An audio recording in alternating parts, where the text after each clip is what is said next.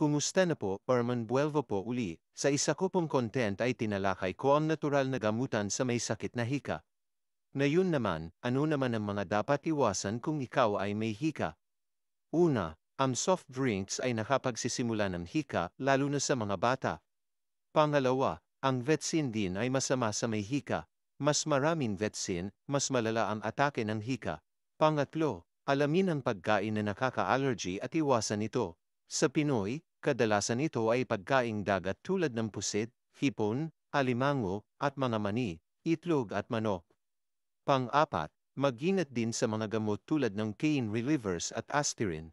Pang-lima, huwag kumain ng pagkain nagpapakabag tulad ng beans, kasi lalabo at magkakaroon ng hangin sa tiyan. Baka mahirapan huminga. Pang-anim, iwas sa polusyon sa hangin.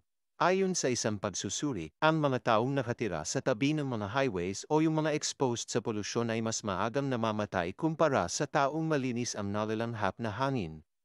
Umiwas sa maduduming hangin at lugar. Pwedeng magsuot ng face mask para mabawasan ang usok na nalalanghap. Herman Buelva po uli, God bless po.